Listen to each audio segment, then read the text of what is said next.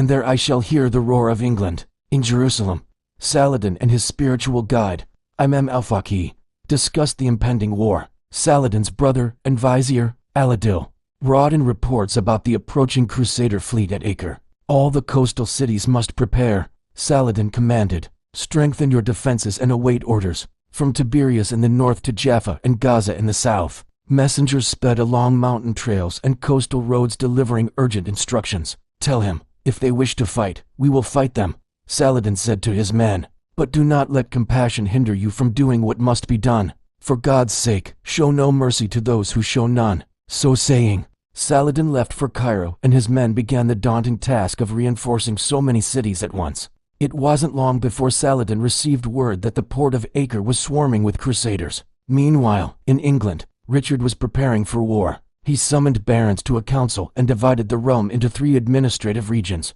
each under the control of a trusted noble, leaving him free to raise an army without interference. Across Western Europe, massive preparations were underway. Knights swore their vows, ships were built, and vast armies mobilized, all driven by the fervor of the Third Crusade. In France, Philip II, known as Philip Augustus, assembled a huge force, taking advantage of the opportunity to expand his own lands at the expense of the English. In Germany, Holy Roman Emperor Frederick Barbarossa led his forces east toward the Holy Land, but during a river crossing, his heavy-laden troops broke through the thin ice of the Salmon River and drowned, ending the emperor's hopes of reaching the Levant alive. In the meantime, Richard the Lionheart, leading an army of 80,000 men, most of them mounted soldiers, along with 12,000 foot soldiers, arrived at the port of Acre and set up camp. Soon enough, he was greeted by fellow European monarchs, King Philip of France and King Guy of Lusignan of Jerusalem,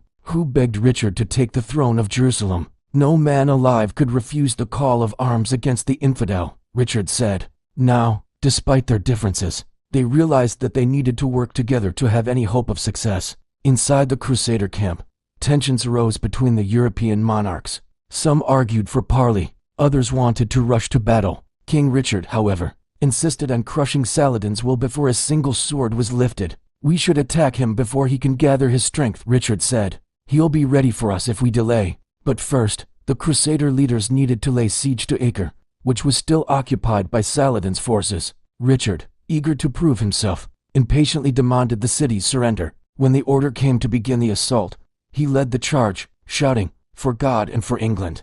However, they were forced to pull back when Saladin's archers inflicted heavy casualties on their infantry.